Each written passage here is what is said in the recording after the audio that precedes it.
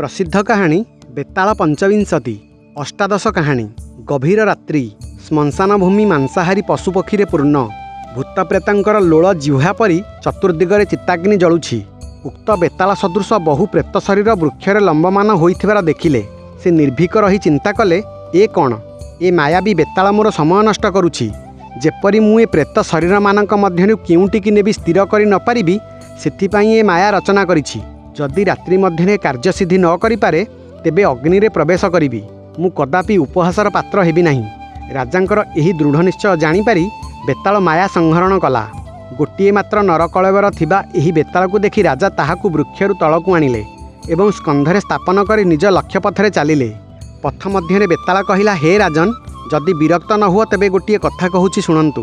पार्वतींक तपस्या संतुष्ट होई तांकर असाधारण गुणरे मुग्ध शिव भोगवती एवं अमरावती सदृश एक तृतीय नगरी निर्माण करथिले।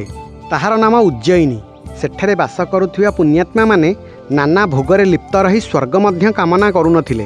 एही उज्जयिनी रे चंद्रप्रभ नामरे जने राजा थिले। तांक मंत्रींकर नाम देवस्वामी। से बहु शास्त्र अध्ययन करथिले, बहु यज्ञ करथिले एवं अशेष धनर अधिकारी थिले। तांकर चंद्रस्वामी नामरे एक पुत्र थिला।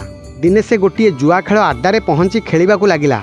ଯେଉଁ ଧୂର୍ତ୍ତମାନେ ଜୁଆ ଖେଳୁଥିଲେ ସେମାନେ ଚନ୍ଦ୍ରସ୍ୱାମୀ को हराई क्रमशः तार वस्त्रादि जिणीगले। तत्पर चंद्रस्वामी मौखिक पण रखी खेलिला। सेथिरे मध्य से हारिला। खेल पर खेलाड़ी माने धन मागिबारु से देई पारिला नाही। तहु आड्डार अध्यक्ष ताकु प्रहार कराइला। प्रहारर आघातरे से निजको मृत्युवत छलना करी निश्चल भावरे पड़ी रहिला। एहीपरि 2-3 दिन पड़िबा परे निष्ठुर द्विताध्यक्ष कपट खेलाड़ी माननकु कहिला, लोकटा मल्ला परी पड़िछि, ताकू नहीं कौनसी अंधकूपर फिंगी दियो। से हारिथिबा टंका मु तुम माननकु देबी। एहापरे सेमाने चंद्रस्वामी को टेकी नहीं कौनसी अंधकूपर संधान रे बाहरिले। जाऊ जाऊ सेमाने एक बनरे प्रवेश कले। जड़े वृद्ध खेलाड़ी कहिला, अरे से तो आसी मलाणी, एबे ताकू कूअरे फिंगिले लाभ कौन, ताकू एहिठारे पकाई देई जिबा। द्विताध्यक्ष को कहिबा जे कूअरे फिंगी देई आसीछु। एथिरे समस्ते राजी होई ताकू बनरे छाड़ी फेरी गले। सेमाने चली जिबा परे चंद्रस्वामी कौनसी मते उठी एक शून्य शिव मंदिर देखि तहिरे प्रवेश कला। सेठारे टिकिए विश्राम नेबा परे चिंता कला, ए धूर्त जुआड़ी माने मोर विश्वास जन्माई कपटरे मोर सबु नहीं गले। एबे मु उल्लग्न, मोर शरीर धूली पाउंसरे पांडुर। एपरी अवस्थारे केउठाकु जिबी? मोर पितामाता और बंधु माने मते देखि कौन कहिबे? वर्तमान एही मंदिर रे रही जिबी। रात्रि रे क्षुधा शांति निमित्त बाहरी किछि आहार व्यवस्था करिबी। सूर्य अस्ताचल को गले। संध्या आसिला। एही समय जड़े तपस्वी सेठाकु आसिले। तांक शरीर विभूति लिप्त होइथिला एवं से त्रिशूल धारण करी द्वितीय शिव परी दिशुथिले। चंद्रस्वामी को देखि से पचारिले, तुमे किए? चंद्रस्वामी सन्यासी को प्रणाम करी समस्त वृत्तांत कहिला। यापरे सन्यासी कहिले, तेबे तुमे क्षुधातुर एवं मोर अतिथि, उठ स्नान कर एवं मोर भिक्षारु एक भाग ग्रहण कर। चंद्रस्वामी कहिला, महात्मन, मु ब्राह्मण, आपणक भिक्षार्न किपरि ग्रहण करिबी? यह शुणी सिद्ध तपस्वी निज आश्रम को जाई अतिथि को संतुष्ट करने अभिप्राय इष्ट संपादिनी विद्या को स्मरण कले। तत्क्षणात एक नारी मूर्ति आविर्भूता होई पचारिले, कौन करिबी? तपस्वी उत्तर कले, एही अतिथिंकर यथाविधि परिचर्या कर। उक्त नारी हेउ कहिबा मात्रे चंद्रस्वामी देखिला जे सेठारे उपवनयुक्त एक सुवर्ण प्रासाद होईगला। सेठारे अनेक नारी थिले। सेमाने चंद्रस्वामी को कहिले, भद्र, उठी स्नान करंतु, भोजन करंतु, आमर स्वामिनी को भोग करंतु। यह कही सेमाने प्रासाद भितर को नहीं स्नान कराई एवं सुंदर वस्त्र पिंधाई अन्य एक कोठरी को नहीं गले। ब्राह्मण युवक सेठारे जड़े अति सुंदरी रमणी को देखिला। सही सुंदरी उठी आसी युवक को निज आसनर अर्धेकरे बसाई दिव्य भोजन एवं स्वादु फल आनीदेला। युवक ताहा भोजन करी तांबूल सेवन कला एवं से रात्रिटी पल्यंकरे सोई सेही रमणीर भोग सुखरे कटाइला। सकाळे निद्रारू उठी सेही दिव्यांगना को देखि पारिला नाही। से सुवर्णपुनी मध्य कुआड़े अंतर्हित हो जाइथिला। से निजकु पूर्वपरी शून्य शिव मंदिर रे देखिला। से आश्रम को जाते तपस्वी हसी हसी पचारिले, रात्रिटी किपरि कटिला? चंद्रस्वामी उत्तर कला, भगवान, आपणक दयारु रात्रिटी मु अत्यंत सुखरे कटाइली, किंतु से दिव्यांगना को न पाइले मोर प्राण रहिब नाही। ताहा शुणी तपस्वी मृदु हास्य प्रकाश करी कहिले, ताहा हेले तुमे एठारे रह, आजि रातिरे पुणी सेही सुखभोग करिब। एहीपरि से तपस्वींक कथारे सेठारे रही तांक प्रसादरु प्रति रात्रिरे सेहीपरि सुखभोग कला। क्रमे से बुझीपारा जे एक विद्या प्रभाव में तपस्वी यह कराउछंती। किछि दिन पर चंद्रस्वामी तपस्वी को प्रसन्न करी प्रार्थना कला, महात्मन, जदि मो भली शरणागत प्रति आपणकर प्रकृत कृपा होइअछि मोते सही विद्याटी दियंतु। ଯାହା ବଳରେ ଆପଣ ଏ ଅଦ୍ଭୁତ କାର୍ଯ୍ୟ କରାଇ ପାରୁଛନ୍ତି। ତପସ୍ୱୀ ଉତ୍ତର କଲେ, ଭଦ୍ର, ସେ ବିଦ୍ୟା ତୁମ ପକ୍ଷରେ ଅସାଧ୍ୟ। ଏ ବିଦ୍ୟାକୁ ଜଳ ମଧ୍ୟରେ ସିଦ୍ଧ କରିବାକୁ ହୁଏ। ଆଉ ପାଣି ଭିତରେ ଜପ କରୁଥିବା ସମୟରେ ଏତେ ମାୟା ସୃଷ୍ଟି ହେବ ଯେ ସାଧକ ସିଦ୍ଧିଲାଭ କରିପାରିବା ଅସମ୍ଭବ। ମନ୍ତ୍ର ଜପୁ ଜପୁ ସାଧକ ନିଜକୁ ପୁଣି ଶିଶୁ ରୂପରେ ଦେଖିବ।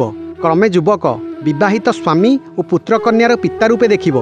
ଏହାପରେ ଏ ମୋର ମିତ୍ର, ଏ ମୋର ଶତ୍ରୁ, ଏହିପରି ଭ୍ରମ ଧାରଣା ସୃଷ୍ଟି ହେବ। ସେତେବେଳେ ଆଉ ଏ ଜନ୍ମ ବା ବିଦ୍ୟା ସାଧନା କଥା ସ୍ମରଣ ରହିବ ନାହିଁ।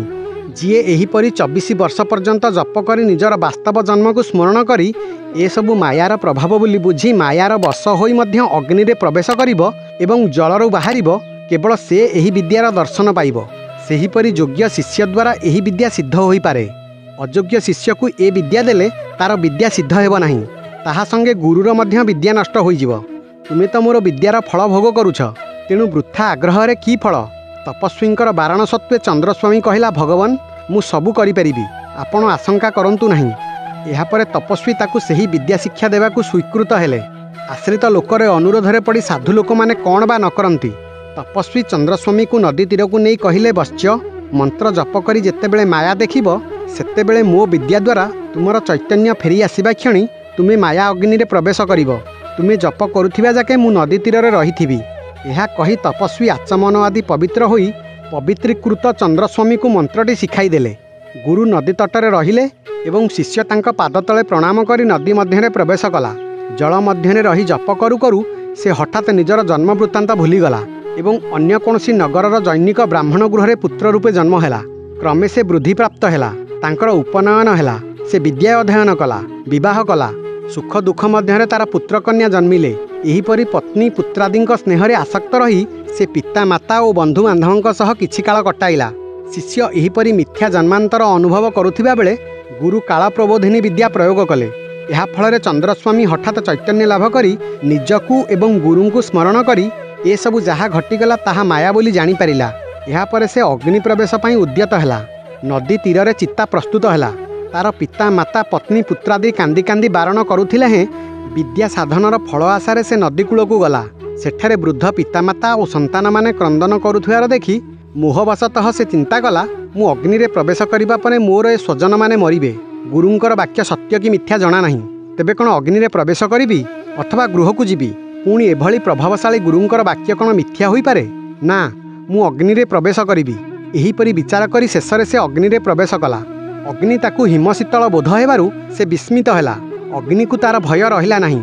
ଅଗ୍ନିରେ ପ୍ରବେଶ କରି ସେ ଜଳରୁ ବାହାରି ନଦୀ ତଟକୁ ଉଠିଲା। ଗୁରୁ ସେଠାରେ ବସିଥିଲେ। ତାଙ୍କୁ ପ୍ରଣାମ କଲା। ଗୁରୁ ପଚାରିବାରୁ ସେ ସମସ୍ତ ବୃତ୍ତାନ୍ତ କହିଲା। ଏହାପରେ ଗୁରୁ କହିଲେ, ବତ୍ସ୍ୟ, ମନେ ହୁଏ ଏଥିରେ ତୁମେ କିଛି ଅପଚାର କରିଅଛ, ନୋହିଲେ ଅଗ୍ନି କାହିଁକି ଶୀତଳ ଲାଗିଥାନ୍ତା। ଏ ବିଦ୍ୟା ସାଧିବାରେ ଏହା ହେଉଛି ଏକ ଦୁର୍ଭାଗ୍ୟ। ଏହା ଶୁଣି ଚନ୍ଦ୍ରସ୍ୱାମୀ କହିଲା, ନା ଗୁରୁଦେବ, ଏଥିରେ ମୁଁ ଲବମାତ୍ର ଅପଚାର କରିବାର ସ୍ମରଣ ହେଉନାହିଁ।